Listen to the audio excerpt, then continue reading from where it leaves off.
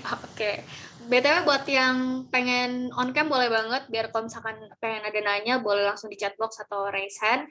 Sama jangan lupa isi presensi. Maaf ya aku bawel dulu dari tadi. Oke. Nah, setelah 3 ciri khusus itu, rapat, daya regenerasi tinggi, dan secara difusi. Nah, itu kenapa difusi? Karena dia nggak punya pembuluh darah dan pembuluh limfa. Kenapa tuh kayak gitu? Ini aku lihat dari gambar ini ya. Jadi ini contohnya, kita ngambil contoh yang gambar yang ini ya. Nah, dari sini. Jadi dia itu tuh lapisan-lapisan yang emang fungsinya tuh buat nge-protect atau ngesekat dua rongga gitu. Jadi dia tuh nggak ada jaringan-jaringan yang di dalam ini, karena emang fungsinya ya buat dua ini, melapisi dan membatasi gitu. Oleh karena itu, nutrisi itu diperolehnya secara difusi, bukan lewat pembuluh darah atau pembuluh limfa. Nah, ini ada fungsi umumnya. Ada proteksi, ada absorpsi, ada sekresi, reseptor, transport zat, dan filtrasi. Kenapa sih kok banyak banget? Padahal kan cuman ada satu doang kan yang tadi cuman buat melindungi sama peserta.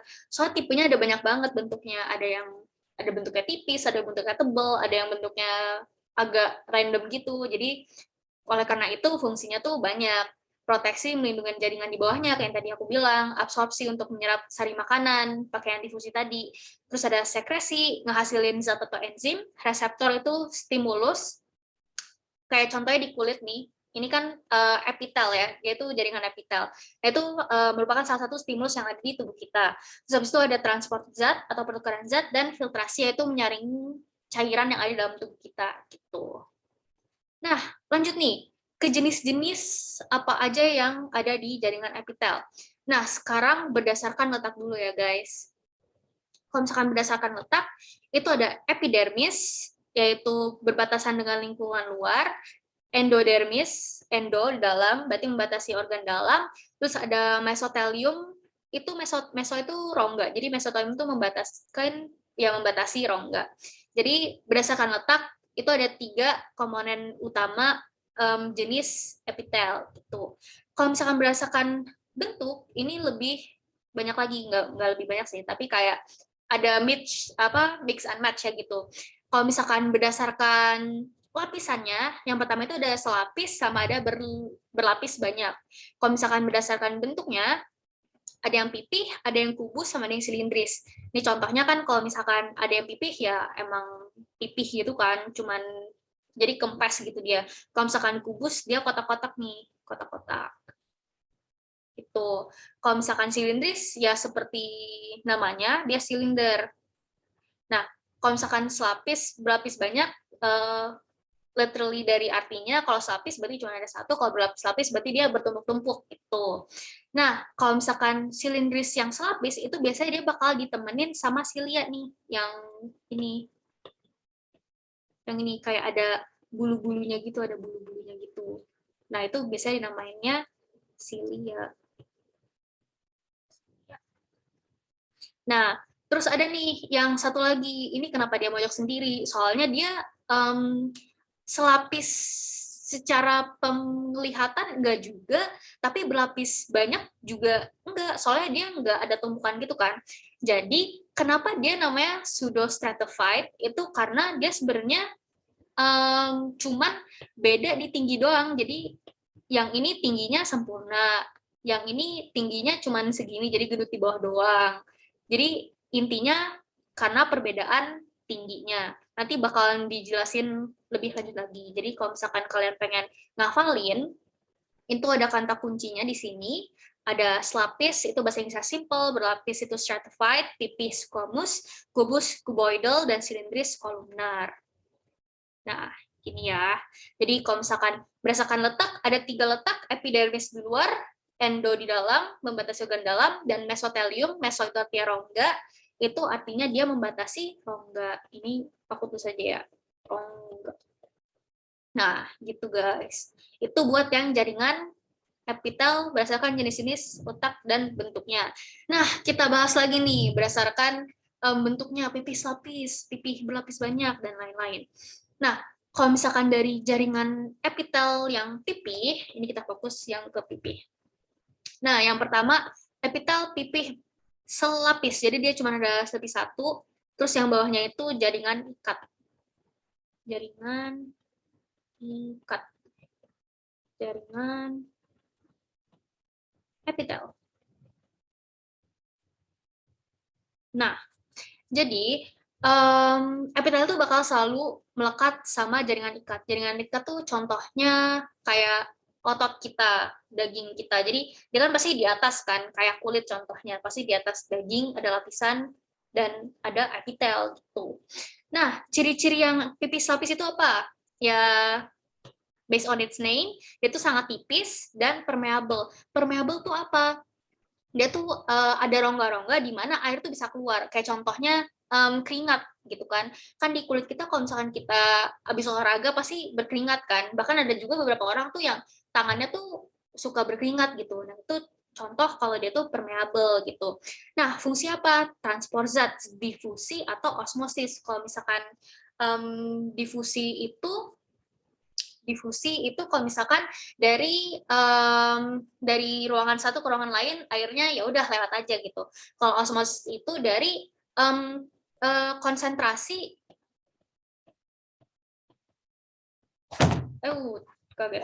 konsentrasi rendah ke konsentrasi yang tinggi gitu. Nah, kalau contohnya ada apa aja? Nah, itu ada epitel alveolus, ada kapiler, ada kapsula Bowman, dan lain-lain. Nah, contohnya di alveolus itu kan pertukaran oksigen sama CO2 kan. Nah, itu contoh dari difusi. Kapiler juga kayak contohnya dari sari-sari makanan, kapsula Bowman juga tuh kalau misalkan dia pengen apa namanya pertukaran isi dari cairan itu. Nah, next ada epitel pipih berlapis. Epitel pipih berlapis karena namanya berlapis, dia pasti berlapis-lapis kan. Jadi banyak itu dia. Banyak, ini jaringan ikat kayak yang tadi dibilang. Nah, ciri-ciri apa? Dia biasanya dipakai buat penyusun kelenjar. Biasanya dipakai buat absorpsi, sekresi, melindungi, dan juga melindungi dari gesekan. Contohnya apa? Epitel kulit, mulut, dan vagina. Jadi contohnya kulit melindungi dari gesekan. Makanya kan kuat kan. Jadi kalau misalkan kesenggol dikit gak langsung berdarah, itu contohnya melindungi dari gesekan. Yang kedua mulut. Mulut kenapa dibilang tebal? Soalnya kan kalau misalkan kita makan, pasti butuh apa ya, kulitnya kan harus tebal kan. Saya kalau misalkan ada makanan yang ukurannya gede dikit aja, kalau misalkan kita ngegesek mulut apa ruang mulut nih yang ada di sini, kan nggak mungkin berdarah kan, pasti setiap makan bakal sakit kan, makanya kita butuh epitel yang tebal buat di sekitar mulut kita. Terus habis itu ada vagina ya, kalian tahu yang kayak kalian tahu buat reproduksi, jadi harus butuh yang tebal gitu. Nah, sekarang yang kedua, ada jaringan epitel kubus. Jaringan epitel kubus lapis. Nah, itu fungsinya buat apa? Buat absorpsi dan sekresi. Ini lebih ke kayak difokusin ya buat absorpsi sama sekresi. Contohnya ada di saluran kelenjar ludah sama ada tubulus ginjal. Nah, kalau misalkan di yang berlapis itu mungkin kalau misalkan berlapis itu gara-gara berlapis kan lebih tebal kan. Jadi dia pasti kalau misalnya berlapis tuh biasanya buat proteksi. Nah, dan lain-lainnya ngikutin sama yang selapis. Contohnya absorpsi sama sekresi gitu. Contohnya ada apa aja? Ada epitel ovarium, testis, rongga mulut, saluran kelenjar keringat, dan juga kulit. Jadi sebenarnya nggak jauh beda fungsinya, tapi mungkin ada yang spesifik, ini ada di bagian tubuh yang mana, dan yang satu lagi ada di bagian tubuh yang mana, gitu. Oke, lanjut ke jaringan epitel silindris. Selapis. Nah, kalau misalkan di yang selapis ini, silindris kan kalian bisa lihat nih di sini, kayak ada kolom-kolom gitu kan, silinder gitu. Makanya namanya epitel silindris selapis. Itu biasanya ada sel goblet, di antara sel goblet itu biasanya ngeluarin mukus. Mukus itu, apa ya, mukus itu tuh keluarin mukus. Mukus itu kayak lendir-lendir atau cairan yang biasanya kental-kental gitu. Kayak contohnya ada di hidung kita, itu bisa ngeluarin ingus, salah satu contohnya gitu. Tapi di dalam tubuh kita juga masih ada fungsinya banyak lagi. Contoh buat fungsinya itu ada absorpsi sama sekresi. Ini buat yang silindris lapisnya ya, bukan sel gobletnya ya. Terus contohnya ada di lambung, usus halus, dan berbagai saluran pencernaan lainnya. Jadi karena saluran pencernaan itu salah satu contohnya itu ada di usus halus, kan ada villi kan. Villi itu yang buat ngeresap sari-sari makanan, kan biasanya dia bentuknya kayak gini nih. Ini di usus halus ya. Nah, ini tuh terbentuk dari si epitel silindris lapis ini. Jadi dalam ini dia tuh permukaannya banyak tuh buat absorpsi banyak dari nutrisi yang udah kita makan. Tuh. Nah, terus yang kedua ada epitel silindris berlapis. Ini tuh di dalam tubuh itu jarang ditemuin. Paling kalau misalnya ditemuin di laring, faring, trakea sama kelenjar ludah, kayak cuma di daerah situ doang. Ini ada contohnya, laring, faring, trakea kan bentuknya kan kayak gini gitu kan, kayak ke bawah gitu. Dari tenggorokan kita ke bawah. Nah ini kalau dari bagian atas, view atas, ini kayak gini. Nah gitu, dia itu fungsinya untuk sekresi dan juga untuk pelindung. Yang paling terakhir dari silindris itu ada epitel silindris semu bersilia.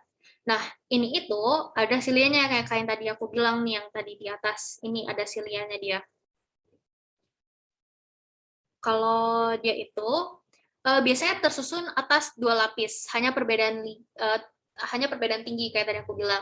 Sebenarnya nggak spesifik 2 lapis, nggak harus 2 lapis, tapi kita bisa bilang 2 lapis karena kelihatannya ini ada 2 lapis atau enggak ya? Karena cuma perbedaan tinggi doang, jadi nggak spesifik 2 lapis. Tapi kalau misalkan kamu pengen jelasin ke teman-teman kamu, kenapa ini nggak termasuk yang berlapis? Karena dia itu cuma perbedaan tinggi doang gitu. Biasanya di mana? Ada di saluran pernapasan atas, contohnya di hidung. Kan itu ada bulu-bulu hidung gitu kan kita kan. Nah, itu adalah epitel silindris semu bersilia gitu. Nah, lanjut ke nomor 4. Jenis jaringan epitel selanjutnya adalah jaringan epitel transisional. Nah, ciri-cirinya itu adalah bentuknya itu dapat berubah berdasarkan kembang kempisnya sel. Jadi dia bersifat impermeable juga. Jadi ini yang di-highlight di sini itu mengembang mengempisnya sel ya.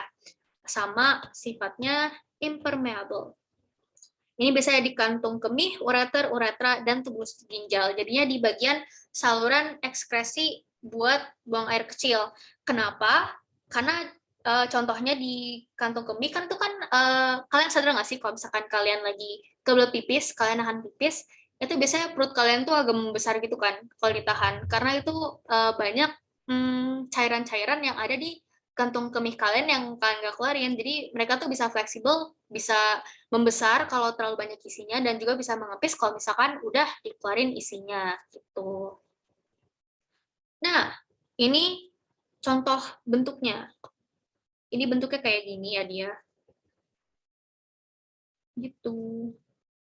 Sebenarnya kalau misalkan di UTBK, kalian bakal jarang banget sih bakal ditunjukin perbesaran apa namanya kayak dari mikroskop point of view-nya kayak gimana. Biasanya tuh ilustrasi kayak gini doang biar lebih gampang biar lebih gampang ini tuh yang mana gitu. Soalnya kalau misalnya kayak ini tuh masuknya ke pelajaran histologi yang biasa dipelajarin tuh anak FK.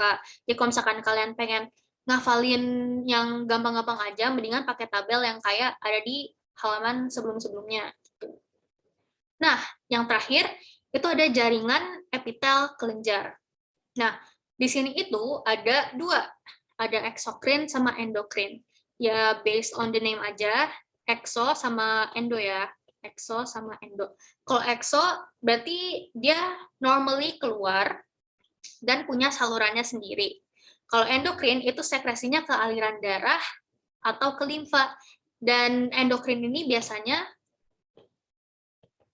hormon, dia nge-ekskresiin hormon.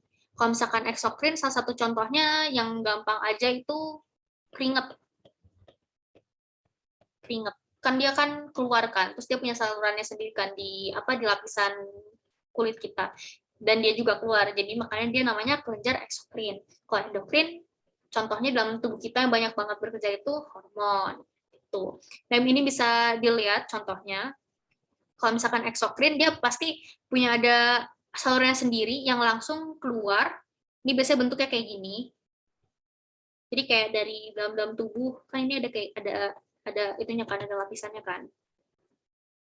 Nanti dia bakal diffuse gitu, bakal masuk ke sini, terus bakal keluar deh. Nah, kalau endokrin dia biasanya ada tempat-tempatnya sendiri dan disalurinnya itu pakai aliran darah. Ini contohnya nih, pakai darah bakal diangkut kemana, terus yang lain bakal diangkut kemana. Nah, ini versi di zoom-nya lah ya, di simplify-nya gitu. Nah, selanjutnya ada jaringan ikat. Jaringan ikat itu beda ya sama jaringan epitel. Ini udah ke nggak sebab lainnya sih. Ini udah ke salah satu dari 4 jaringan yang ada di tubuh kita selain jaringan epitel. Yang kedua itu ada jaringan ikat. Itu adalah jaringan yang berfungsi untuk mengikat jaringan-jaringan lain menjadi satu dan berasal dari perkembangan mesenkim dari mesoderm. Ini mesenkim dari mesoderm bakalan belajar di embrio, di bab embrio. Jadi kalian pasti bakal belajar, jangan takut. Terus dari sini itu jaringan-jaringan yang lain itu bakal menjadi satu. Jadi ini tuh bakal banyak banget, ada jaringan cair, contohnya ada darah, ada adiposa, ada lemak gitu. Jadi nanti kita bakal bahas lagi, oke? Nah, fungsinya apa nih? Di sini fungsinya kayak yang tadi, fungsinya banyak karena jenis-jenis dari jaringan ikat juga banyak. Tapi secara overview ini adalah fungsi-fungsi utamanya. Itu ada yaitu ada pengikat atau penyambung, ada penyokong dan pembentuk struktur tubuh, terus ada penyimpanan energi, ada pertahanan tubuh, perlindungan organ, dan transport cairan tubuh gitu. Nah, dia itu tersusun atas apa sih si jaringan ikat ini?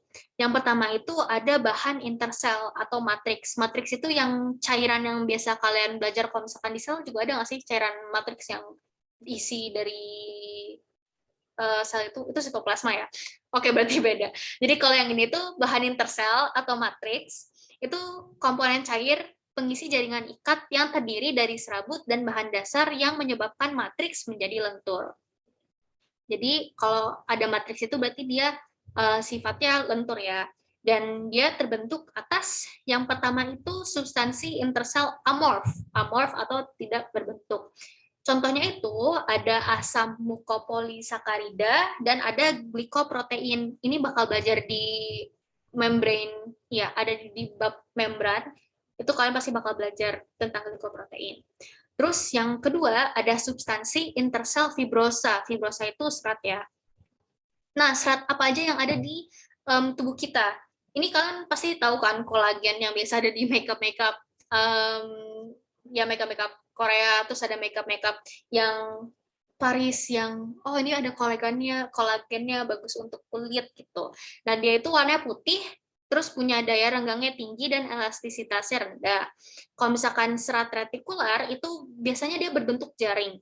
Dia itu elastisitasnya rendah, terus itu jaring, elastisitasnya rendah dengan bahan penyusun yang sama dengan kolagen namun lebih tipis. Dia tuh lebih tipis. Dia tuh lebih tipis, tapi tipis itu bukan berarti dia lebih itu ya, bukan berarti dia lebih fleksibel ya. Tapi karena dia lebih tipis itu dia nggak punya komponen yang bikin lebih fleksibel gitu. Terus yang ketiga ada serat elastik. Dia itu warnanya kuning, terus daya elastisitasnya tinggi. Nah, sel-sel penyusun dari jaringan ikat apa? Kan tadi udah ke itu kan seratnya kan. Nah, sekarang sel-sel penyusun jaringan ikatnya itu apa aja? Nah, itu ada makrofag, ada fibroblast, ada sel tiang atau mast cell, ada sel lemak atau adipose, ada sel plasma, ada sel darah putih, melanosit, dan sel mesenkim. Nah, dari sini itu sebenarnya kalian cuman perlu ngafalin, nggak perlu ngafalin sih. Sebenarnya ini kayak good to know aja, karena nggak begitu masuk ke materi yang biasa keluar di UTBK, tapi kalau misalkan kalian tahu lebih baik gitu. Nah, makrofag itu ada hubungannya sama immunity, yaitu bertugas untuk memakan kuman atau zat asing yang masuk dalam jaringan. makanya dia masuk ke jaringan immunity. Jadi dia fungsinya buat ya kalau misalkan ada yang asing ke dalam tubuh, pasti dia yang paling pertama bakal ngurusin zat tersebut gitu. Nah, yang kedua itu ada fibroblast. Fibroblast itu protein yang berbentuk serat yang berfungsi sebagai bakal atau bahan pembentuk matriks jaringan ikat. Jadi dia itu bahannya ya, bahan pembentuk matriks jaringan ikat gitu. Yang ketiga, ada sel tiam atau mast cell. Dia itu berfungsi sebagai penghasil heparin untuk pembekuan darah dan histamin sebagai peningkatan permeabilitas kapiler darah. Jadi ini ada dua ya. Ada dua tipe. Yang itu penghasil heparin, yang pertama penghasil heparin, yang kedua itu histamin. Dan dia punya fungsi masing-masing. Nah, kalau sel lemak atau adiposel itu adalah sel yang terspesialisasi untuk menyimpan lemak ya karena dia sel lemak gitu. Nah, sel lemak fungsinya apa aja? Dia itu fungsinya sel lemak itu fungsinya untuk menyimpan cadangan makanan dan juga untuk pengaturan suhu tubuh. Nah, gitu. Terus habis itu ada sel plasma, itu menghasilkan antibodi. Kalau sel darah putih itu untuk pertahanan terhadap benda asing, termasuk ke sistem immunity juga, sama kayak yang tadi makrofag. Terus ada melanosit, itu berfungsi untuk menghasilkan zat melanin atau pigmen pada kulit. Jadi ini di-highlight ya. Zat melanin itu untuk pigmen. Terus untuk sel mesenkim, itu dia itu bisa berdiferensiasi menjadi jenis sel penyusun jaringan ikat longgar ataupun juga sel otot polos pada pembuluh darah yang cedera. Gitu. Nah, untuk klasifikasinya apa aja? BTW kalau misalkan aku ada aku agak kecepatan atau pengen nanya bisa langsung di chat box saja ya. Nah, untuk klasifikasi jaringan ikat itu ada apa aja? Yang pertama itu jaringan ikat sejati. Nah, jaringan ikat sejati itu juga ada bagian-bagiannya. Yang pertama itu ada jaringan ikat longgar. Nah, jaringan ikat longgar itu contohnya apa? Yang pertama ada jaringan mukosa. Itu adalah jaringan embrional yang muncul untuk sementara saat pembentukan jaringan ikat. Letaknya ada di tali pusar bayi. Terus yang kedua ada jaringan areolar atau jaringan longgar. Nah, itu fungsinya untuk mengikat apa aja yang ada di komponen-komponen yang ada di tubuh kita. Atau biasanya dipakai buat membungkus suatu jaringan. Contohnya letaknya di antara kulit dengan otot. Jadi dia yang kayak lemnya gitu loh, guys. Nah, terus habis itu ada jaringan adiposa atau lemak. Ini aja ya biar kalian bisa ngurut juga. Ada jaringan adiposa atau lemak, dia itu fungsinya menyimpan lemak dan juga insulasi temperatur tubuh kayak yang tadi aku bilang di atas. Terus habis itu letaknya ada di bawah kulit, di sekitar persendian, sumsum, tulang, sekitar ginjal, dan juga di depan organ-organ kita yang biasanya bikin perut kita gendut. Itu biasanya lemak banyak di situ. Terus yang terakhir ada jaringan retikular. Itu biasanya letaknya di nodus limfa, susum tulang belakang, dan juga hati, dan itu merupakan bagian dari sistem retikunoendotel. Nah, itu intinya dia itu karena jaringannya itu banyak, jaringan retikular itu banyak banget, apanya ya, kayak saluran-saluran atau cabangnya, jadi dia tuh biasanya ada di tempat-tempat yang emang penting buat kita gitu. Contohnya ada nodus limfa buat saluran limfa, di sumsum tulang belakang dan juga hati. Tuh. Nah, kan tadi udah jaringan ikat longgar kan. Kita move ke jaringan ikat padat. Nah, di jaringan ikat padat itu adalah jaringan yang seratnya lebih banyak. Kenapa lebih padat? Ya karena seratnya lebih banyak dan rapat juga daripada bahan dasar dan sel penyusunnya. Nah, bahan dasarnya itu apa sih? Bahan dasarnya itu matriks yang tadi kita bahas di awal. Jadi, di dalam jaringan ikat itu ada matriks, ada serat, dan bahan-bahan lainnya yang tadi udah kita bahas di atas ya. Tapi yang ngebedain dia longgar atau padatnya, ya di seratnya gitu. Nah, dia itu ada dua jenis. Ada yang teratur, contohnya itu tendon dan ligamen, Yang tidak teratur itu ada fascia. Itu adalah selaput pembungkus atau penyekat. Nah, kalau misalkan di jaringan ikat padat teratur itu, ini contoh di tendon. Tendon itu kan yang biasa kalau misalkan kita flexing muscle gitu kan. Jadi dia bakal bisa ngerenggang, terus kontraksi lagi, ngerenggang, kontraksi lagi. Makanya dia tuh harus padat gitu. Nah, kalau misalkan ini contoh yang tidak teratur itu pada lapisan dermis kulit. Karena emang ya intinya dia yang penting tebal aja gitu, banyak seratnya. Tapi nggak ada khususnya tugasnya buat renggang kontraksi gitu. Nah, sekarang lanjut ke jaringan ikat cair. Kan kalau yang tadi kan udah jaringan ikat yang apa namanya, yang padat sama yang itu kan. Nah, sekarang yang cair itu based on the name, cair, itu salah satu contohnya itu jaringan darah. Itu fungsinya untuk mengangkut oksigen, hormon, sari-sari makanan, dan juga sisa metabolisme.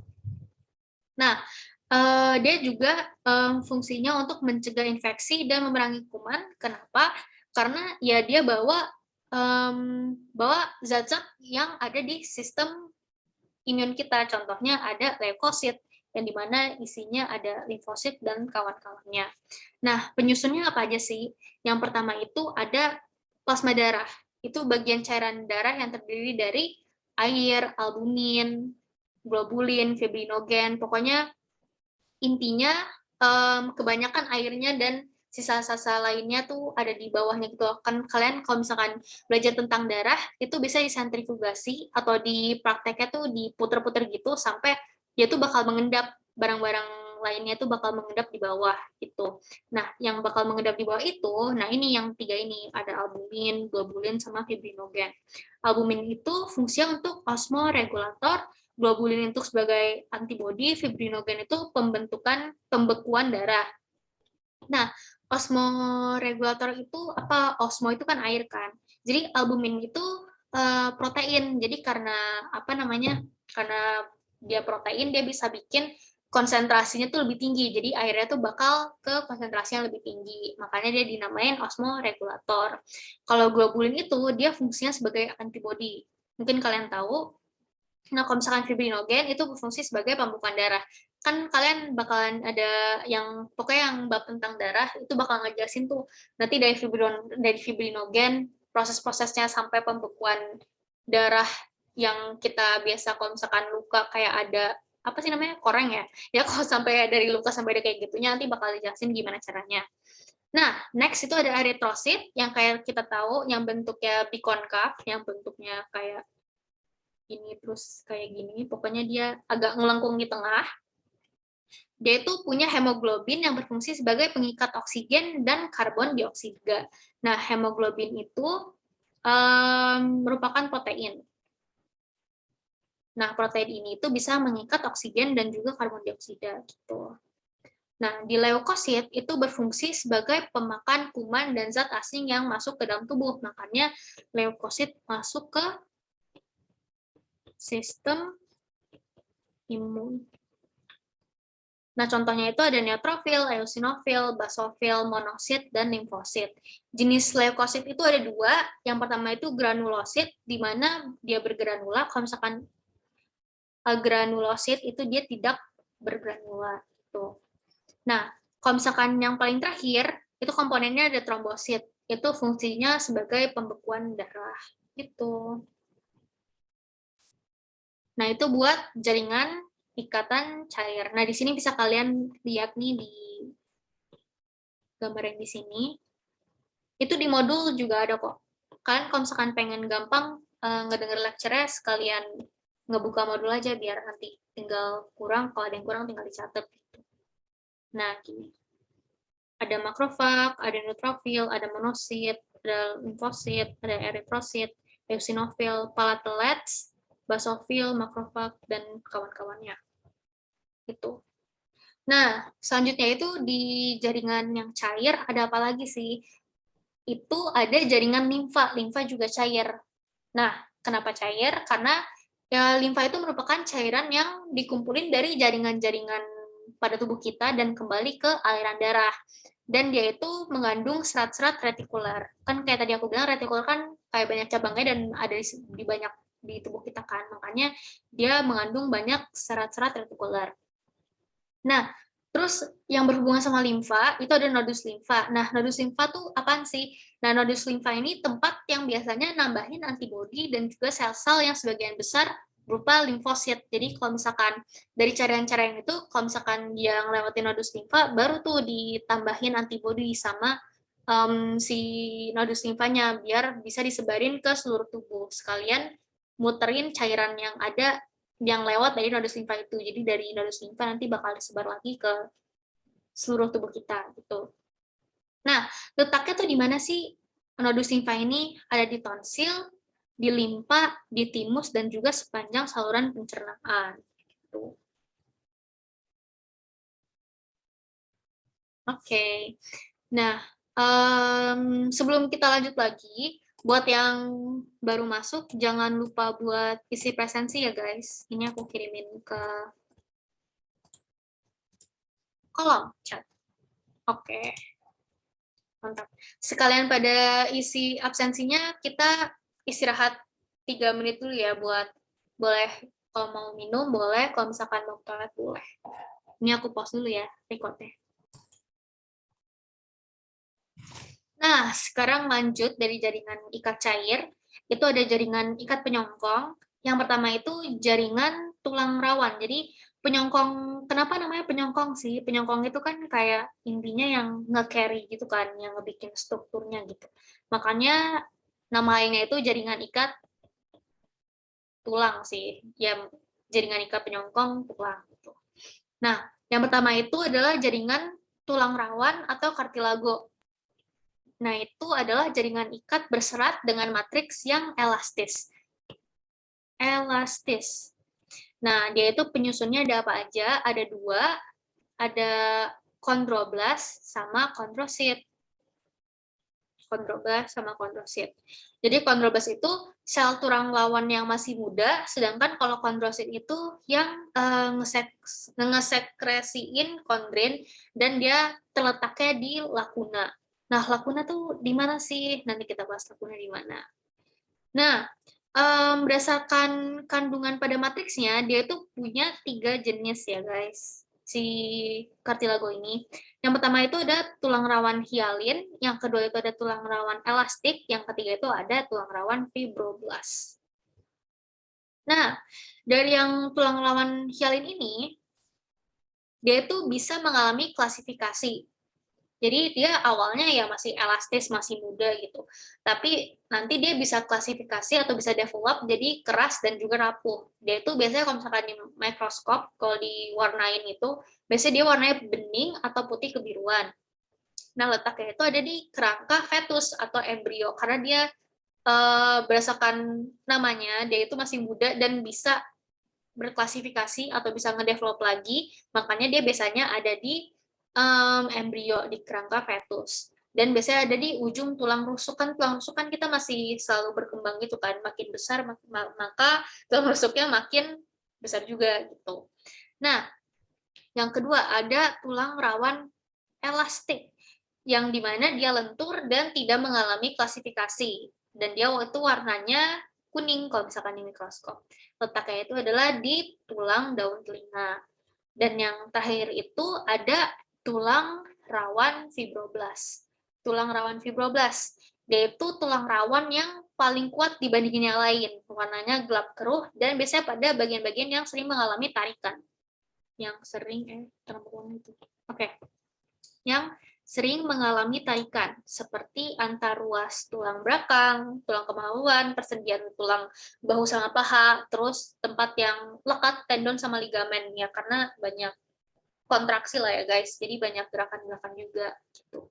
Jadi intinya berdasarkan kandungannya ada hialin, ada tulang rawan elastik sama fibroblast. Dari semuanya yang paling kuat itu fibroblast, yang paling bukan lemah juga sih, yang paling elastis itu hialin gitu. Dan hialin itu di sini di highlight yaitu dia bisa berklasifikasi atau dia bisa mendevelopkan dirinya dia sendiri gitu.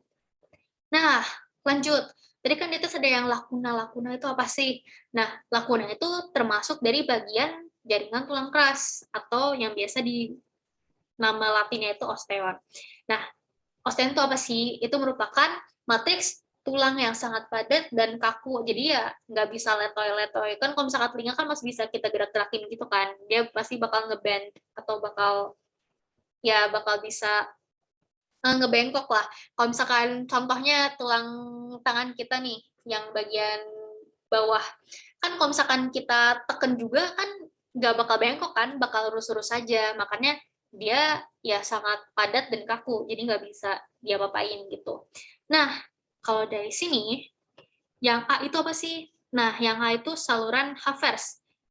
Nah, karena dia di pusat dan dia merupakan tempat dari pembuluh darah yang banyak, makanya dia dinamain saluran pusat karena berisi pembuluh darah dan syaraf-syaraf yang ada di dalam tubuh kita. Nah, terus ada yang kedua adalah lakuna. Itu ruang tempat osteosit terletak. Nah, lakuna itu tempat di mana sel-sel tulang itu berdiam dan bereproduksi gitu loh. Nah, osteosit itu apa? Sel tulang yang bakal ngedevelop jadi bagian-bagian tulang lainnya gitu. Kalau yang C yang ini ya, yang C yang ini, itu kanalikuli, itu struktur penghubung osteosit yang satu dengan osteosit yang lainnya. Jadi kan bisa kalian lihat kan di sini tuh dia kayak ada serat-serat, kayak ada tangan jadi gitu kan. Jadi dia tuh yang ngegabungin satu sama yang lainnya. Tuh. Nah, kalau yang D itu lamella. Yang kalian lihat nih yang di sini, yang kayak garis-garis, garis-garis, garis-garis. Itu adalah lapisan konsentris matriks yang keras dan kuat. Jadi kalau misalkan, kan makin lama kan tulang kita kan makin membesar juga kan. Jadi nanti selama udah ngebentuk lapisan yang baru, ngebentuk lagi, itu bakalan ada dia di antara lapisan-lapisan itu. Nah, terus yang paling terakhir, matriks nih yang ada di tengah-tengah yang warna krem ini, yang ini. Nah, itu tersusun atas serabut, kolagen, dan mineral kalsium dan fosfor. Jadi kalau misalkan matriks yang di dalam tulang itu emang cairan yang sebenarnya bukan dia cairan, tapi kalau misalkan di sini kan kita nggak bisa ngeliat kalau dia berupa cairan kan, tapi intinya dia itu mengandung zat-zat yang dibutuhkan oleh tulang kita biar bisa berkembang lebih lanjut lagi gitu. Kalau misalkan berdasarkan strukturnya itu ada yang spongiosa dan juga ada yang tulang kompak. Kayak namanya spons, berongga, dan kalau misalkan yang kompak tidak berongga. Ini contohnya ada di gambar. Ini gambarnya nggak ada di modul, tapi nanti bakal aku kasih kok PPT sama anotatannya.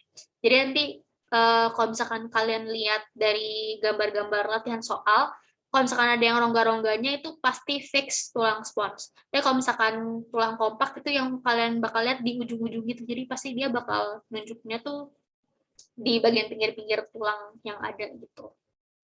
Nah, lanjut. Kita udah ke jaringan selanjutnya. Kan tadi jaringan ikat udah kan, jaringan yang ada di seluruh tubuh kita. Next itu ada jaringan otot. Nah, buat jaringan otot itu apa sih? Jaringan otot itu tersusun atas sel-sel otot yang berfungsi sebagai alat gerak aktif tubuh. Jadi, kenapa alat gerak aktif tubuh? Karena kayak yang kita tahu, yang tendon dan bagian-bagian lainnya, itu kan kita butuh otot kan buat ngegerakin tulang-tulang kita kan. Soalnya kalau misalkan nggak ada otot ya siapa yang bakal kontraksiin? Nggak ada. Bakal cuman kayak ya udah tulang doang sama sendi kayak cuman digabungin tapi nggak ada yang bisa bikin ketarik kontraksi gitu tangan kita. Jadi itu otot itu sangat berfungsi untuk kita sebagai alat gerak aktif gitu. Nah, bagian-bagian pada otot kita tuh ada apa aja sih? Nah, di sini tuh ada 4. Ada yang pertama membran plasma, ada namanya sarkolema, dan juga dia isinya sitoplasma.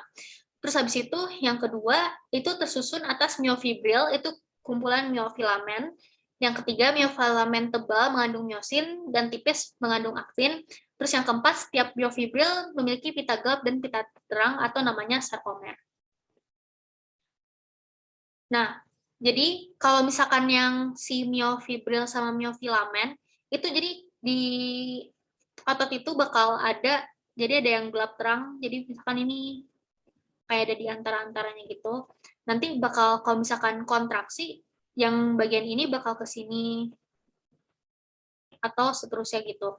Jadi ini bakal dijelasin di bab sel kerangka atau sel apa sel sih bakal di bab pergerakan atau di pokoknya yang membahas tentang kerangka itu bakal dibahas di sini, tapi kita cuma overview aja ya guys biar nggak terlalu banyak gitu ntar pusing.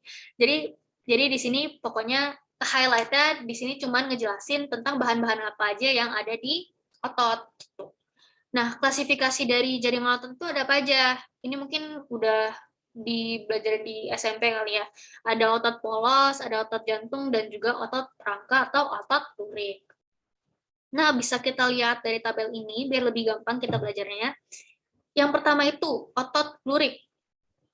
Otot lurik itu ada di rangka. Dia itu bentuk selnya memanjang, silindris, dan ujungnya tumpul. Jadi dia memanjang dan silindris ya guys. Dia tuh nggak ada bercabang-cabangnya. Jadi dia cuma ya udah panjang aja kayak batang-batang yang bertumpukan gitu. Nah, jumlah nukleus tiap selnya itu kalau di otot lurik banyak. Jadi dia di satu panjang serabutnya itu bakal ada nukleusnya tuh nempel di samping-sampingnya gitu di permukaannya. Nah, kalau misalkan letak nukleusnya di tepi, kayak tadi aku bilang di atas permukaannya. Terus garisnya, ada garisnya, dia tuh melintang, kayak yang bisa dilihat di sini, kayak ada garis-garis. Gitu ya. Nah, terus kontraksi kecepatannya itu dia yang paling cepat, karena dia itu salah satunya otot yang bisa kita kendaliin diri sendiri, jadi secara sadar gitu, menurut kemauan. Jadi ini nyambung ya guys. Nah, setiap kemampuan tetap kontraksinya itu sebentar, karena nggak kita lakukan secara berkala gitu kan, kayak nggak selalu kita lakuin. Tapi itu kayak ya udah berdasarkan kita mau aja gitu. Nah, terus lanjut ke otot polos. Otot polos itu biasanya ada di organ dalam. Contohnya ada di lambung, di usus, dan sebagainya. Juga pada kandung kemih dan juga pembuluh darah. Nah, terus bentuknya selnya itu dia memanjang berbentuk gelendong dan ujungnya tuh lancip gitu. Nah, kayak di sini dia tuh kalau misalkan di zoom, diperbesar, dia tuh bentuknya tuh bakal kayak gini. Kayak terus nanti nukleusnya di tengah gitu. Oke. Gitu guys. Jadi intinya dia memanjang, membentuk gelendong, terus ujungnya lancip. Nah, setiap jumlah nukleus setiap serabut atau selnya itu cuma satu. Kayak yang ada di gambar ini, setiap biru-biru kayak gini, setiap sel-sel kayak gini itu cuma ada satu. Nggak mungkin lebih, karena dia kayak per sel gitu nukleusnya. Dan dia merupakan kontraksi yang paling lambat, dan dia kemampuannya itu juga lama, dan tidak menurut kemauan. Jadi secara nggak sadar, kayak contoh kan kita makan nggak mungkin kayak kayak lambung digest gitu kan, nggak mungkin kan. Jadi dia secara nggak sadar. Otot jantung juga kayak gitu ya. Nah, kalau otot jantung ini yang paling gampang dihafalin karena dia spesifik ya. Dia karena namanya otot jantung, maka tempatnya juga di dinding jantung gitu. Dia itu kalau misalkan secara selnya sendiri, dia itu memanjang, silindris, dan juga bercabang dan menyatu. Jadi kalau kalian lihat di sini, ini tuh dia walaupun bercabang tuh tapi tetap satu gitu loh. Jadi tetap satu kesatuan. Paling cuman ada bolong-bolong bercabang di tengah-tengah atau di ujung-ujungnya gitu. Nah, letak nukleusnya di mana? Dia letak nukleusnya di tengah. Terus habis itu jadi dia kecepatannya sedang, sama kayak kemampuan tetap berkontraksinya sedang. Jadi kalau misalkan diurutin dari kecepatan, yang paling lama itu otot polos, Kenapa dia paling lama? Karena biasanya dia ada hubungannya sama proses kimiawi dalam tubuh kita. Kayak contohnya pencernaan atau gimana gitu kan, pasti bukan suatu proses yang emang cepet gitu. Contoh kan kalau misalkan kita makan, di prosesnya lama kan gitu. Jadi dia yang paling lama. Kalau otot jantung sedang karena dia konstan, enggak lama juga enggak, cepet juga enggak, tapi tergantung situasi sih. Tapi secara general dia sedang gitu. Terus otot lurik kenapa paling cepat? Karena itu yang pertama berdasarkan kemauan dan juga refleks. Jadi kalau misalkan kan kalau misalkan kita apa namanya kita kena api gitu, kayak kena dikit, pasti langsung panas kan, pasti kita langsung tarik tangan kita kan. Nah itu termasuk otot lurik. Walaupun kita nggak secara sadar, tapi tetap pakai otot lurik kita kan. Jadi ya basically karena itu ada hubungannya sama refleks kita, makanya dia yang paling cepat di antara ketiganya gitu. Gitu guys. Nah, aku pengen nanya deh, kira-kira di sini ada tahu nggak otot apa yang dipakai buat pernafasan? Jawab di chat aja nggak apa.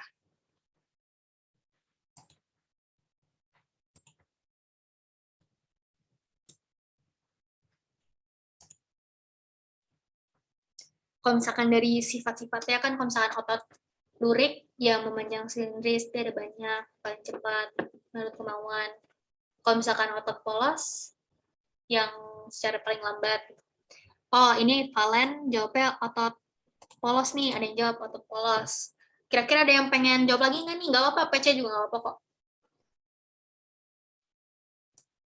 Terus ada yang jawab, otot polos bukan Kak, karena paru-paru termasuk organ dalam.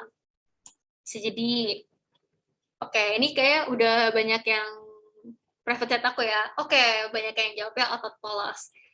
Kenapa otot polos? Bener kata Falihah, karena dia termasuk organ dalam dan bukan karena sebenarnya kalau misalkan di logikain kan dari ketiga otot yang bisa secara nggak sadar kan otot polos kan, otot jantung juga nggak sadar, tapi dia ya khusus buat jantung doang. Makanya di antara otot lurik sama otot polos, makanya kita pakai pilihnya otot polos, karena dia di antara keduanya dia yang nggak sadar. Kan kita nafas juga nggak sadar kan. Mungkin kalau misalkan kita ngomong ayo nafas ayo, pasti kan kayak otomatis kayak kayak nggak kalau kita harus nafas gitu kan. Tapi kalau misalkan secara biasa itu nafas itu secara natural atau secara nggak sadar gitu. Makanya benar kalau paru-paru atau pernafasan itu pakainya otot polos gitu. Mantap. Berarti kalian pada nggak dengerin ya. Oke. Nah, ini jaringan yang ketiga. Itu adalah jaringan neuron. Ini kenapa jaringan ketiga ya? Ini jaringan yang keempat seharusnya ya. Yang paling terakhir itu adalah jaringan saraf atau neuron. Jadi, jaringan saraf itu dia itu tersebar di dalam tubuh kita. Dia itu paling banyak, dia itu ada 98% pada susunan syaraf pusat otak dan medula spinalis. Dia ada 98% di syaraf pusat otak sama medula spinalis atau sumsum tulang belakang, karena itu tempat-tempat di mana perintah oleh otak kita dilaksanakan. Jadi mereka kan yang messenger ya kan, yang ngebawain aksi apa yang harus dilakukan gitu. Jadi dia tuh banyak di otak sama sumsum tulang belakang. Karena sumsum tulang belakang kalau kalian tahu itu banyak banget syarafnya yang nyambung ke segala badan kita. Jadi ada di mana-mana di tubuh kita. Jadi itu yang bertugas buat nyalurin message dari otak kita gitu.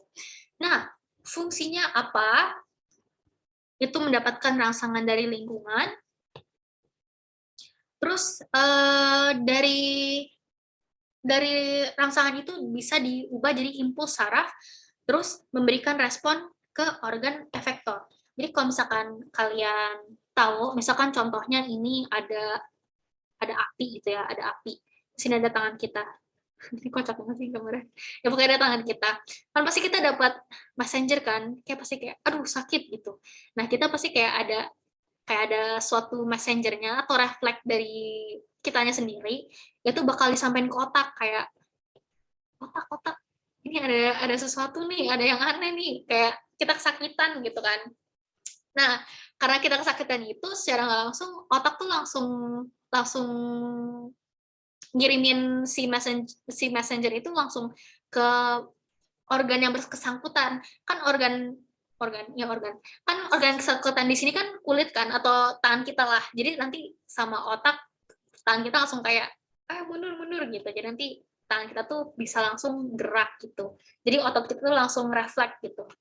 Ini otaknya kayak ayam, tapi ya udahlah nggak apa-apa ya. Intinya dari reseptor yaitu tangan kita nanti bakal ngeterima stimulus, nanti langsung lanjut ke otak kita. Dari otak kita stimulusnya dilanjutin,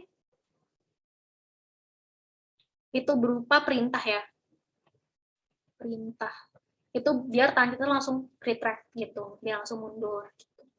Nah, terus di jaringan saraf ini ada apa aja? Yang pertama ada neuron atau serabut panjang dan neuroglia, sel penyokong yang berukuran kecil. Jadi neuroglia itu sama saraf juga, tapi dia tuh bentuknya kecil dan fungsinya buat support neuron gitu.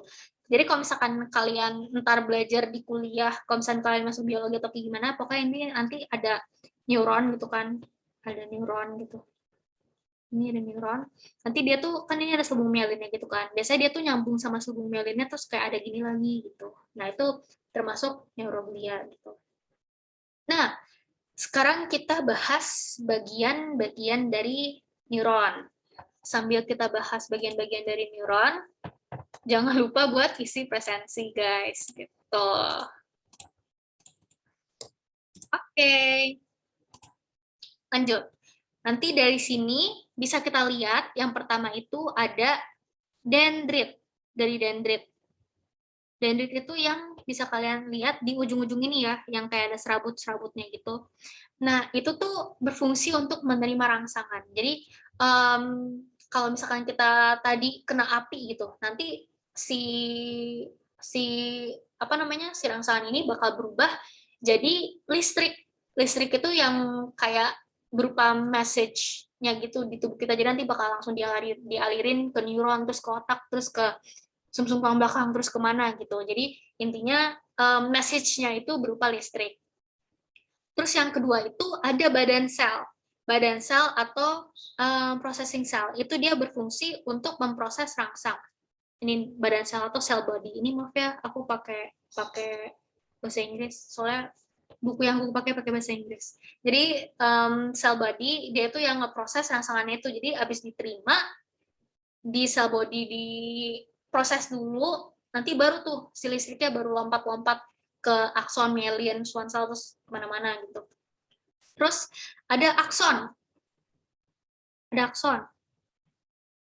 Dia itu berfungsi untuk menghantarkan rangsang menuju sinapsis. Nah, kan bisa dilihat si akson itu kan kayak di lehernya gitu kan, kayak di lehernya badan sel sama yang bagian panjangnya. Jadi dia itu untuk nyambungin dari si badan sel ke si sinapsisnya gitu. Terus ada sel Schwann. Dia itu merupakan lemak yang berfungsi untuk menghasilkan myelin.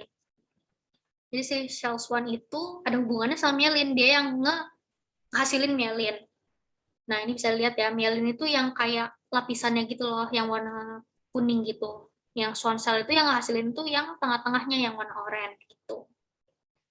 Nah, fungsinya myelin itu apa? Dia itu berfungsi untuk melindungi akson dan juga memberi nutrisi. Jadi kan otak kita kan butuh nutrisi banyak ya.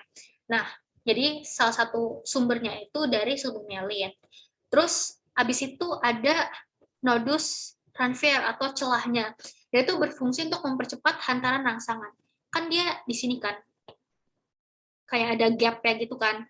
Nah, di sini tuh aku pernah nonton, jadi kayak nanti listriknya kayak berjalan cepat, jadi dia listriknya nanti bakal lompat-lompat gitu. Kan kalau misalkan di sini nggak ada nodus transfer atau nggak ada gapnya gitu, kan berarti dia kayak harus jalan sepanjang ini kan. Tapi kalau misalkan dia ada nodus transfernya atau ada gapnya, ini myelinnya, myelin, kan nanti dia tinggal lompat lompat doang kan bisa lebih cepet kan. Jadi logikanya gitu kalau aku. Jadi kalau misalkan si Rodus run fair itu fungsinya apa? Cara cepet nge-fairnya gimana? Ya dia fungsinya untuk mempercepat hantaran karena dengan gap-gap itu jarak yang dia tempuh tuh cuman sedikit, jadi kayak cuma lompat gitu. Nah, yang paling terakhir adalah akson terminal atau sinapsis yang di paling ujungnya, guys. Nah, ini tuh bakal nyambung ke neuron lain ataupun langsung ke efektor atau organ-organ yang pengen ngelakuin tindakannya itu gitu. Dan dia berfungsi untuk meneruskan rangsangan ke sel syaraf selanjutnya gitu. Gitu guys. Kira-kira di sini udah aman? Kalau aman boleh dikasih thumbs up reaction. Pokoknya intinya buat jaringan neuron ini aja simple. Terus buat apa namanya? Buat si jaringan-jaringan cuma ini aja sih, nggak ini doang sih. Tapi intinya kalau misalkan si neuron yang harus diapalin itu sebenarnya bagian-bagiannya doang sih. Dendrit apa, badan sel apa, akson apa, sel Schwann, bungelin, terus harus transfer, terus akson terminal gitu. Udah guys, itu buat 4 jaringan yang ada di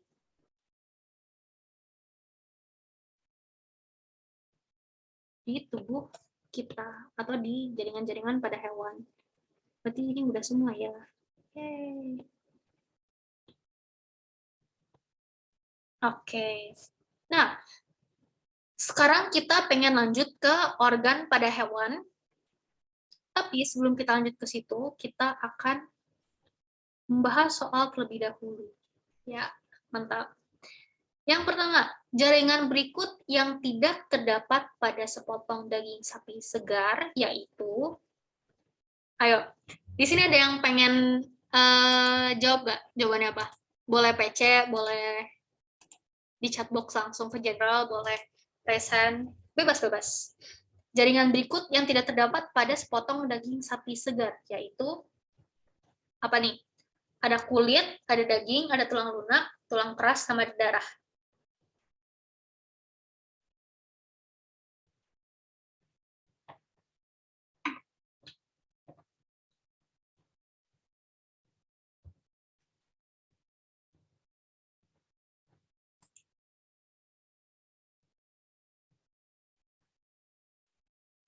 Wah, jawabannya ada yang beda-beda nih. Ada yang bilang tulang lunak, ada yang bilang tulang keras, ada yang bilang kulit.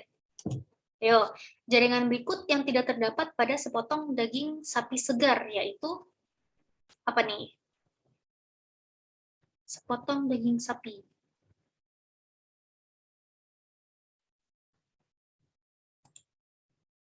Ada yang jawab lagi. Kulit, Kak. Oh, tulang keras, Kak. Tulang lunak, Kak. Oh, ada nih, Dina jawab di general. Kulit, Kak. Jawabannya A. Oh, ini ternyata banyak ya yang jawab mantap. Jadi, kalau misalkan dari sini, jaringan berikut yang tidak terdapat pada sepotong daging sapi segar, yaitu, jadi sebenarnya jawabannya tuh bisa tulang lunak, kulit, tulang keras, mungkin juga bisa. Tapi di sini yang di-highlight sepotong daging sapi, yang sepotong daging sapi berarti cuma daging doang kan. Daging itu tuh apa sih? Daging itu kan berarti otot kan. Nah, biasanya kalau misalkan di pasaran kita dijual sepotong daging sapi, berarti dia biasanya nggak ada kulit gitu. Jadi di sini jawabannya adalah yang A gitu. Nah, kenapa tulang lunak sama tulang keras bukan jawaban yang utama? Karena kalau misalkan kita ngepotong apa namanya ngepotong daging, biasanya kan kalau misalkan kalian tahu tuh di Korean barbecue atau di gimana gitu kan, biasanya kan kalau misalkan ada potongan-potongan daging, tulang lunaknya itu masih bisa masuk, tulang kerasnya tuh masih bisa masuk, tapi itu most likely enggak sih, most likely enggak. Tapi di sini kita mikirnya karena kulit itu termasuk ke bagian luar atau ekso, jadi kita mikirnya, oh daging, tulang sama darah kan itu termasuknya kan endo kan yang ada di dalam kan. Jadi kayak oh ya udah yang paling beda sendiri si kulit ini. Jadi jawabannya yang Gitu guys. Oke, mantap. Keren, keren. Yang kedua, ciri-ciri jaringan epitel adalah, ayo jawab. Ini aku tunggu sampai jam 17, 11, 12 ya. Aku izin foto dulu. Boleh dijawab. Record lagi ya. Nah, terus ada Valen, dia jawab sesuatu rapat, C juga. Terus ada Rafli, C. Keisha, C. 1, 2. Terus ada Aura, E. Terus ada Dinar, C. Cyril, C. C lagi. Terus ada yang jawab A. A, B. Oh, ini banyak ya ternyata yang jawabnya bervariasi ya. Jadi, kita bahas dulu nih. Ciri-ciri jaringan epitel. Yang A, memiliki banyak substansi interseluler. Interseluler, apa tuh arti interseluler? Jadi, interseluler itu cairan-cairan yang ada di antara sel-sel atau di rongga gitu. Jadi intinya di antara, pokoknya di mana dia ada rongga pasti itu ada cairan, jadi itu namanya intersel gitu. Terus yang kedua, itu memiliki daya regenerasi yang rendah. Berarti dia regenerasinya yang rendah. Ini salah ya, saya kan tadi aku sempat bilang, kalau misalkan epitel itu dia banyak banget di seluruh tubuh kita, dan dia itu butuh regenerasi yang tinggi, karena kalau misalkan dia luka, harus bisa regenerasi dengan cepat, biar substansi atau hal-hal yang di dalam dia tuh nggak keluar begitu aja gitu.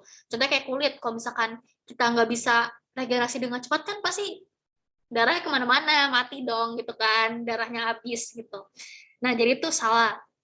Terus yang substansi interseluler, apakah benar? Salah, karena tadi kayak disebut di atas, epitel itu kan tersusun dengan sangat rapat kan. Wah, ini ada jawaban ya, berarti ke spoiler gitu. Sel-sel tersusun rapat, jadi dia bakalan nggak ada rongga-rongga di antara lapisan jaringan epitel tersebut gitu. Jadi jawabannya yang C. Nah, ini ada yang jawab nih, mengandung banyak pembuluh limfa.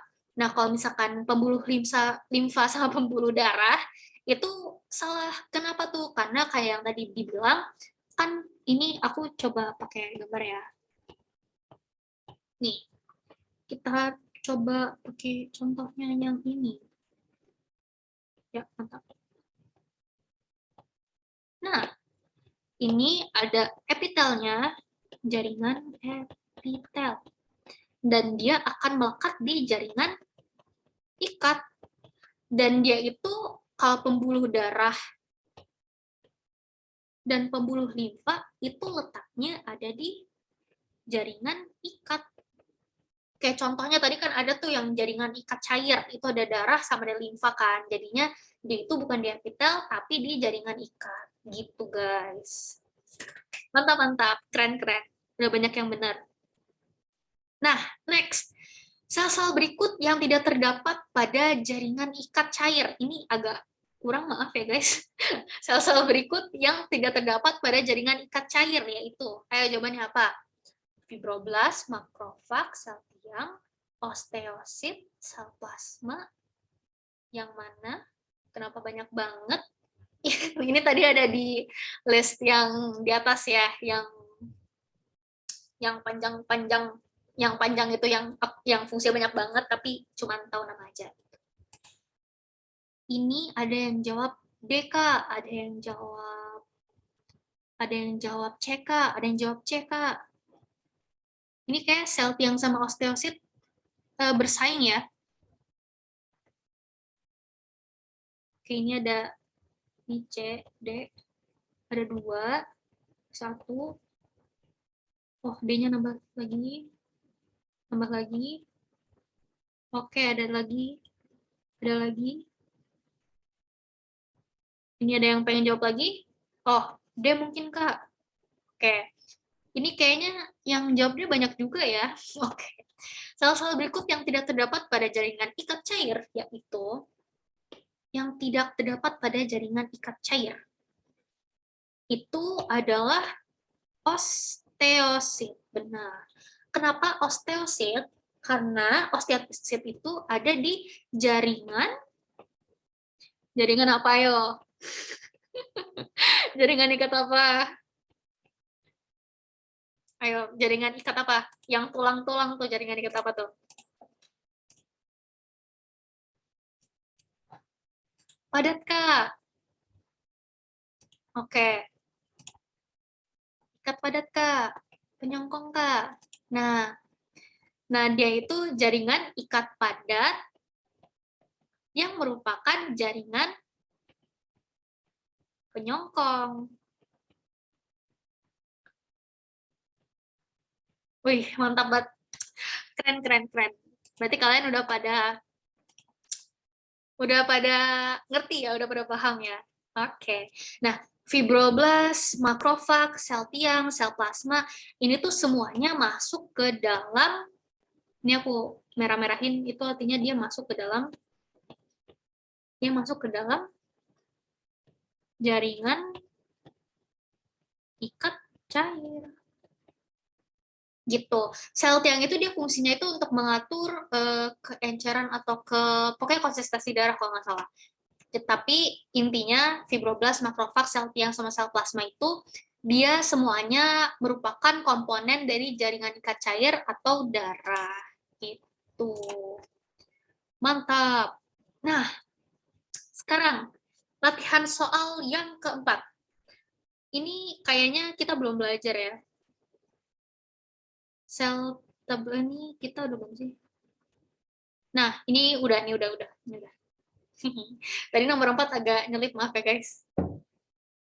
Pada tabel berikut ini yang menunjukkan hubungan yang paling tepat antara sel-sel penyusun jaringan ikat, ciri-ciri dan fungsinya adalah, ini agak baca dikit, tapi sekalinya ngeh, ini kayaknya jawabannya deh, pasti langsung tahu. Ya guys.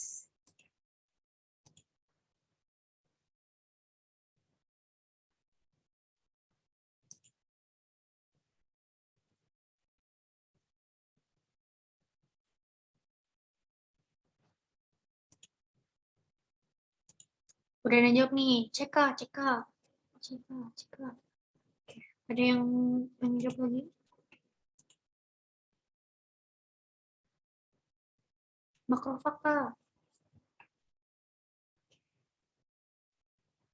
Sel plasma, Kak. Oke. C mungkin, Kak. D mungkin, Kak. Yo, baca-baca lagi. Gak apa-apa guys, ini kita santai saja.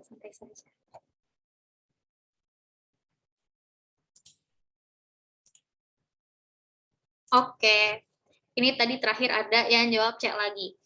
Dan jawabannya adalah benar sekali. Jawabannya adalah C. Kenapa sih jawabannya C? Kira-kira di A, yang leukosit, gerakan amoebid, menyimpan cadangan energi, itu yang salahnya di mana nih? Ini aku bilang ini aja ya, kayak 1, 2, 3. Yang salah di mana? Di jenis selnya, ciri-ciri atau fungsinya? Nggak usah pakai 1, 2, 3 berarti ya. Yang di bagian A, yang salah di mana? Jenis selnya, cirinya, atau fungsinya? Ayo. Ayo.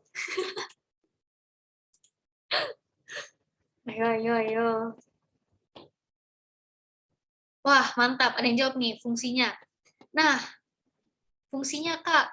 Nah, benar. Soalnya kan kalau misalkan leukosit itu kan masih apa namanya? Satu satu satu badan, bukan satu badan, satu tipe sama makrofag dan sistem-sistem imun lainnya kan. Dan kalau makrofag itu dia gerakannya amoebid. Tapi fungsinya bukan untuk menyimpan cadangan energi. Menyimpan cadangan energi itu biasanya adiposa atau lemak. Oke, mantap. Kalau misalkan fibroblast itu cirinya di sini misalnya sel berbentuk tiang, terus fungsinya untuk mempertahankan terhadap benda asing.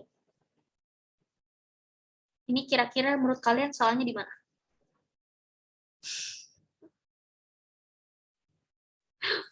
Ayo, ayo.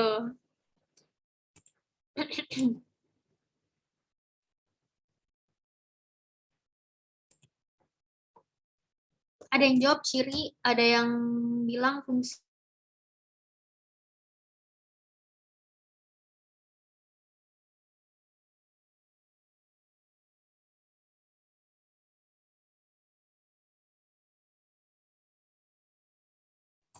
Ada yang bilang ciri lagi. Oh, banyak yang bilang cirinya.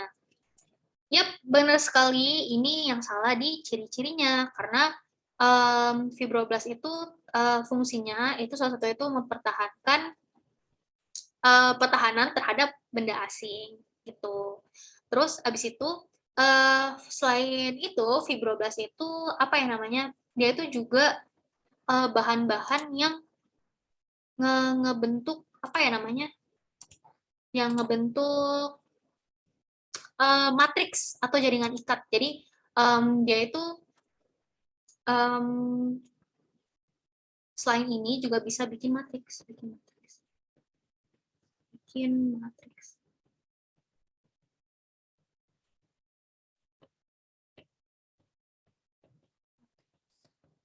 Tapi kalau misalkan yang buat apa namanya sel berbentuk tiang ini kayak udah fix salah.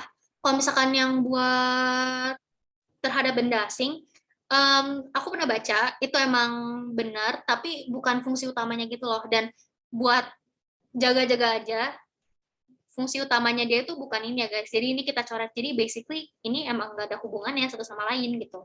Tapi buat si fibroblast ini fungsinya untuk bikin matriks gitu. Nah, ini langsung aku bahas aja ya. Yang makrofag, ciri-cirinya sel berbentuk tidak beraturan, bercabang-cabang. Terus fungsinya sekresi enzim. Kalau misalkan tidak beraturan, benar, bercabang-cabang, agak diragukan karena dia kan kayak Pac-Man gitu kan, iya nggak sih? Kan kayak a glob, kayak ya udah kayak a splatter of air aja gitu. Bentuknya random, tapi dia nggak bercabang-cabang juga in a sense. Jadi dia kayak ya udah sebentuknya dia aja kalau gerak gitu. Kalau misalnya sekresi enzim, tidak, karena dia fungsinya itu untuk memakan kuman-kuman atau benda-benda asing yang dapat dari luar gitu. Kalau sel adiposa itu ciri-cirinya itu mengandung tetes minyak. Mengandung tetes minyak, dia iya mengandung minyak karena dia merupakan lemak, jadi ini benar. Tapi kalau misalkan untuk memakan sel-sel mati, bakteri, dan benda asing lainnya itu bukan. Gitu. Jadi ini kayaknya kebalik ya si yang ini sama yang ini. Gitu guys. Oke, mantap. Jadi sekarang udah jam segini, kita bakalan lanjut ke games quizzes. Oke, mantap. Ini aku share screen dulu ya. Jangan lupa buat um, jangan lupa buat open quizzes joinnya, oke? Ini aku copy link dulu ke chatnya. Ini kita santai banget ya quizesnya, bukannya kayak quiz-quiz nilai gitu. Ini santai-santai aja kok. Oh ya, sama yang ini santai, tapi aku pengen kasih hadiah buat yang menang. Jadi ini kalian pakai nama nama panjang yang ada di sini aja ya. Jadi apa namanya? Ya siapa tahu lumayan GoPay gitu kan. Nah, ya guys, mantap. Aku tunggu sampai jam 17 buat 6:27 lah ya kita dari partisipannya.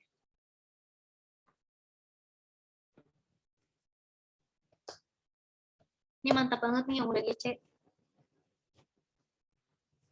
BTW kalau misalkan kalian masih agak bingung, boleh banget tanya di Telegram atau kalian pengen DM aku. Itu namanya ada di PPT. Nanti aku PPT bakal aku share di Telegram kok. Jadi tenang aja.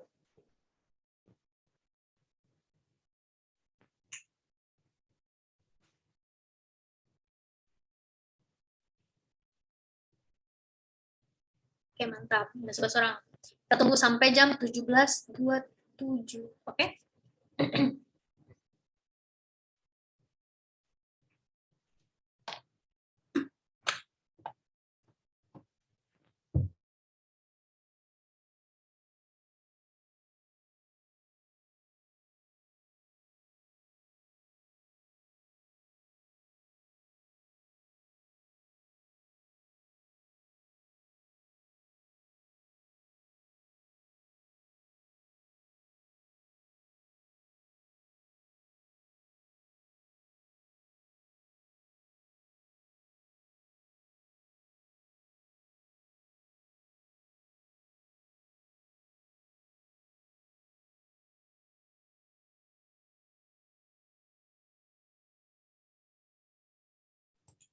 Oke, mantap. Ini udah 17.27. Aku hitung 10 detik. Biar siapa tahu ada yang pengen join lagi. 10, 9, 8, 7, 6, 5, 4, 3, 2, 1. Oke, mantap. Ini udah aman semua ya. Betulnya kalau misalkan ada yang punya kendala atau gimana, bilang di chat aja PC, nggak apa-apa kok. Atau mau join tengah-tengah juga nggak apa-apa. Oke, ada Nabila. Oke, ini udah mantap ya. Keburu 17.30 lagi kita harusnya udah selesai, tapi nggak apa. Kita mantap. Oh ya, BTW ntar yang menang kan pengen aku kasih hadiah, tapi ini bukan dari Sanalimu ya, jadi pribadi dari aku aja. Jadi kalau misalkan ada apa-apa langsung percaya aku aja.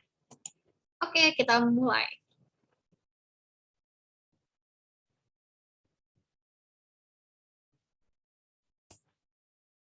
Hal yang tidak benar berkaitan dengan jaringan syaraf adalah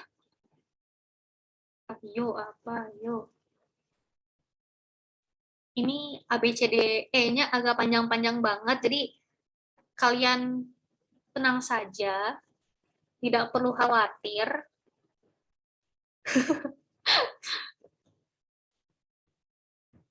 Dua, satu.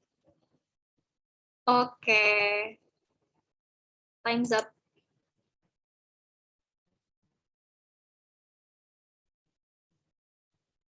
Oke, ada.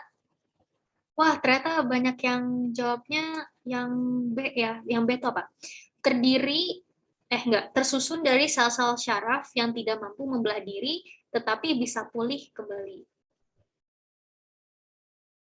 Ini kayaknya malu banget. Ini seharusnya yang benar yang B ya. Ini nggak itu dong. Kalian kalian pengen ngulang nggak? Kita restart aja ya. Gue kasihan sama yang apa namanya, sama yang benar. Ntar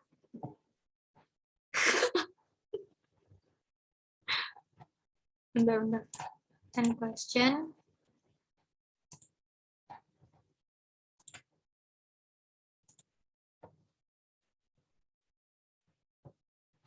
Oke. Sabar ya guys. Ini maaf banget blunder di aku.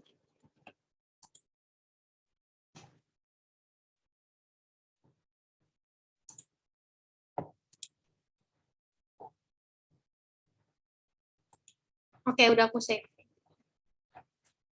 Maaf banget buat yang tadi udah jawab.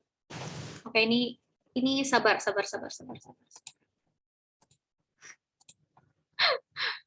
Oke, share screen. Ini aku share link, copy link. Ini aku kirimin di chatbox, langsung join aja, gampang kok.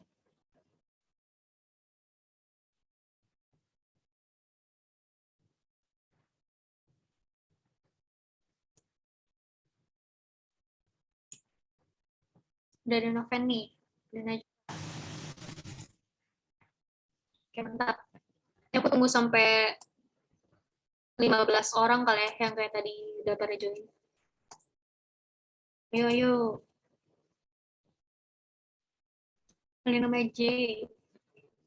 Oke, ayo lanjut. Siapa lagi nih? Kalian banyain enggak? 10. Oke, ayo 15 orang. Semangat. Oke guys, lumayan belajar dapat duit.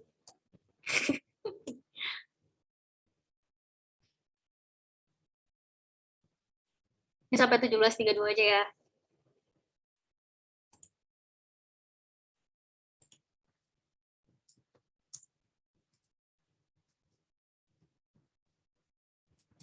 Yang tadi yang bener apa? Nggak tahu yang bener apa, tapi intinya ntar kalian jawab aja gitu. Kan kita masih menentukan yang mana yang benar kan. Tadi aku nggak ngasih tahu kan jawabannya apa kan. Pokoknya intinya jawabannya bukan yang A aja. Ya bonus. Bukan yang A aja jawabannya. Oke, ini udah jam 17.32. Aku mulai ya, hitung mundur dari 5, 5, 4, 3, 2, 1. Oke, mantap. Start.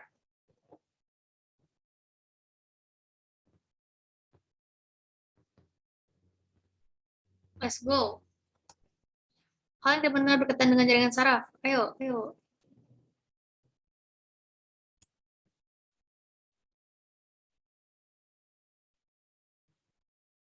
Santai, santai. BTW ini kan dibilangnya ada 10 soal, tapi kita bakal ngebahas cuma 5 soal aja ya. Gak ngebahas sih lebih tepat kayak mana yang benar gitu. 4, 3, 2, 1. Mantap.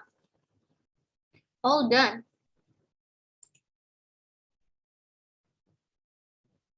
Beautiful. Wih, mantap. Novin paling tinggi. Nah, jadi jawabannya yang benar itu yang tadi udah benar, yang tadi ada 10 orang jawab. Tersusun dari sel-sel syaraf yang tidak mampu membelah diri, tetapi bisa pulih kembali.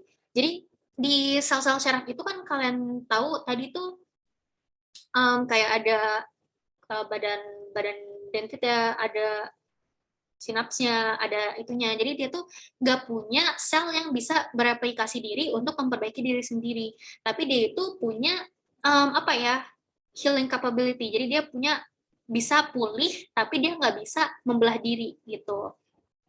Jadi jawaban yang benar adalah yang B. Mantap.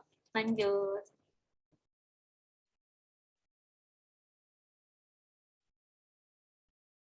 Apa nih?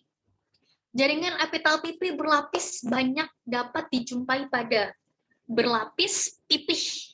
Pipih berlapis banyak. Ya pipih berlapis banyak. Berlapis banyak biasanya gara-gara dia berlapis-lapis, fungsinya buat apa? Ada hubungannya sama apa? Gitu. Kalau nggak hafal gitu sih sebenarnya. Wih, langsung banyak yang jawab. 2, 1. Oke. Time's up. Jawabannya adalah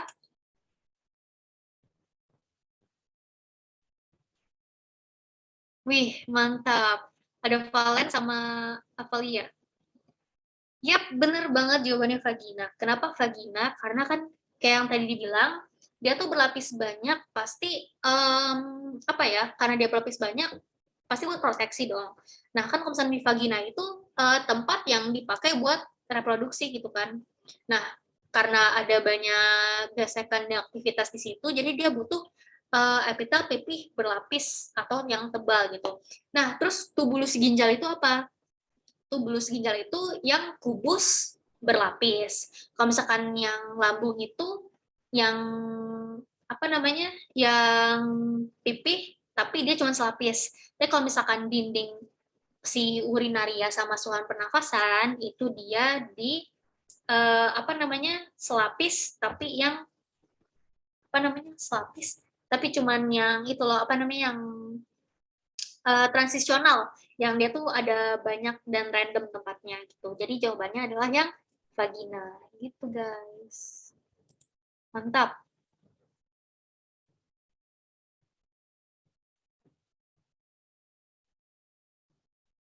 Jaringan di bawah ini, jaringan manakah yang tidak termasuk dari komponen jaringan ikat? Ini ada dua jawabannya. Jadi ya silakan dijawab keduanya. Jangan banget ya. Semangat guys. Ada tendon, ada epidermis, ada adiposa, ada mukosa, ada mesotelium. Yang mana yang tidak termasuk dari komponen jaringan ikat? Jaringan ikat ada apa aja? Yuk, tadi kita belajar kan. Ya, jujur nggak bakal hafal sih, tapi ini kan open book ya, jadi santai aja. 3, 2, 1. Time's up. Beautiful. Mantap, Valentine masih di atas. Oke, ada siapa ini? Oh, ada epidermis dan mesotelium. Jadi kalian tuh baru bisa benar kalau misalkan kalian jawabnya 2 karena ada multiple choice. Tapi kalian udah keren, udah dominan yang epidermis sama mesotelium. Jadi epidermis sama mesotelium itu berdasarkan letaknya, epidermis itu yang di luar, epitel yang bagian di luar, yang contohnya ada di kulit, mesotelium itu lapisannya untuk pada rongga-rongga, untuk misahin rongga gitu. Kalau tendon itu jaringan otot, mukosa itu termasuk jaringan otot juga, kalau adiposa itu yang lemak gitu. Jadi kalau misalkan epitel yang mana? Epitel itu yang epidermis sama mesotelium gitu. Next.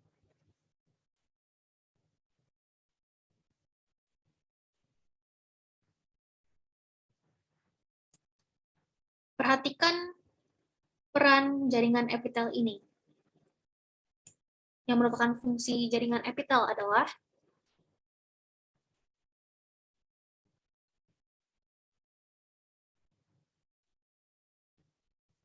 mantap. Mantap. 5, 4, 3, 2, 1.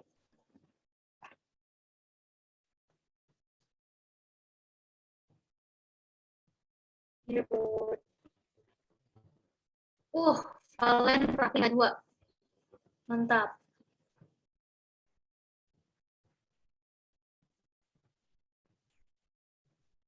Oke. Ini soal terakhir ya, guys. Yang tadi. Maksudnya yang ini baru pengen dibahas. Nanti habis ini dibahas soal terakhir. Nah, kenapa jawabannya yang ACD? Ini banyak yang CCD ya?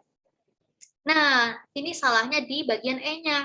Kenapa E salah? E itu kan mengangkut oksigen kan. E itu mengangkut oksigen, sedangkan epitel itu fungsinya bukan mengangkut oksigen, tapi yang angkut oksigen itu darah. Dan yang benar itu ACD, karena ya epitel itu pakai difusi, karena dia nggak punya sistem pembuluh darah di dianya sendiri. Terus C untuk proteksi benar, dan D untuk penerima rangsangan. Gitu, contohnya di kulit. Oke. Last question, guys. Di mana tempat pembuluh darah berkumpul pada tulang keras? Ayo, tadi di mana ya? Apakah di lakuna? Apakah di lamella? Atau di saluran Harvers? Apa di matriks? Mantap, udah pada jawab semua. Nice.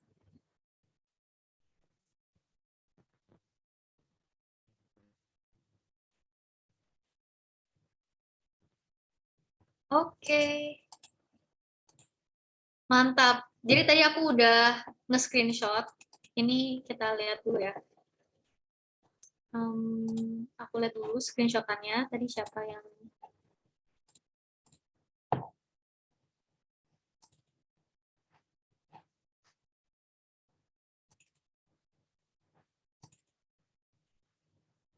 Ya, juara 1 ada Valen dengan total poin 3090. Mantap. Oke, jadi buat kelas kali ini udah selesai. Valen, boleh tolong PC aku pakai nomor HP atau ID lain juga boleh. Makasih semuanya yang udah partisipasi buat hari ini. Nanti hari Kamis bakalan ada lanjut lagi. Kita belajar yang bagian kedua tentang organ, sistem organ, dan sel punca tumor kanker. Jadi jangan lupa buat ikut juga. Oke, semuanya. Makasih buat hari ini. Dadah. Udah boleh live Zoom ya. Kecuali tadi Valen jangan lupa PC aku. Oke, makasih semuanya.